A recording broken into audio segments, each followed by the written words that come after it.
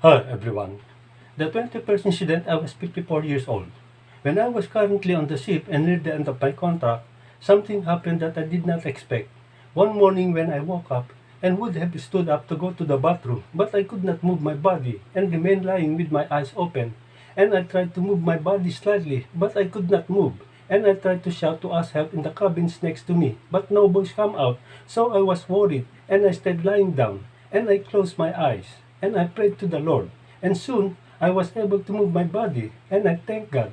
And I got up to urinate, but when I urinated, I had difficulty urinating. So I took a bath, and little by little I was able to urinate, but noticed that there was a blood coming out. And I was ready to report to my boss, and I told him what happened to me.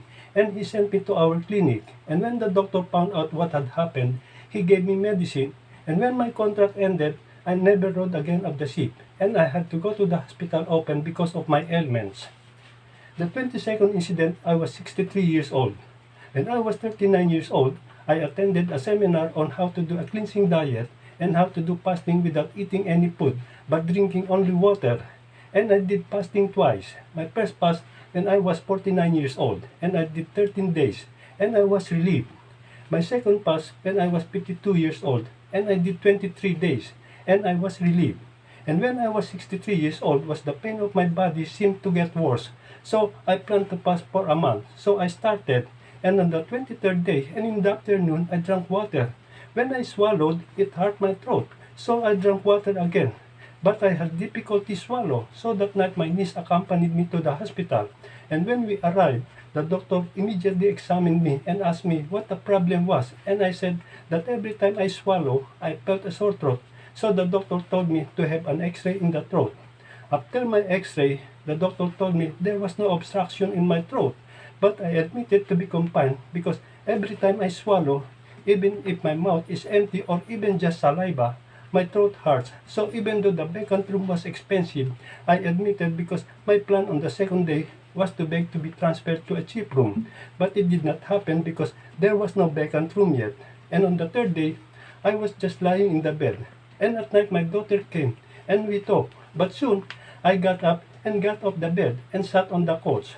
While we were talking, I was suddenly stunned, and when I regained consciousness, I was surprised that I was already lying in bed, and I saw the doctor and his companions.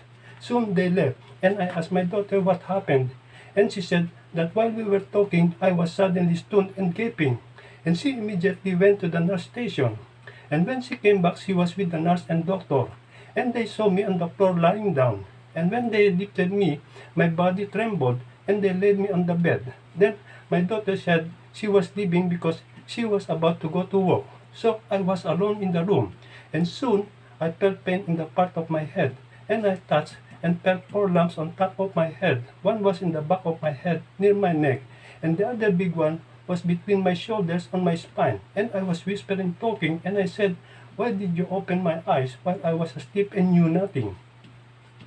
The next morning, the doctor came and asked me if I was in pain, and I said my head hurts. So the doctor said, "You need to have a head scan." But I did not do a head scan because it was expensive. And when the doctor left, I was soon transferred to the cheapest room.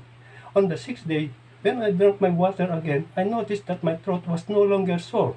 So at night, after the food attendant gave me food, I ate immediately because I was eager to eat. And when I swallowed, I did not feel any pain.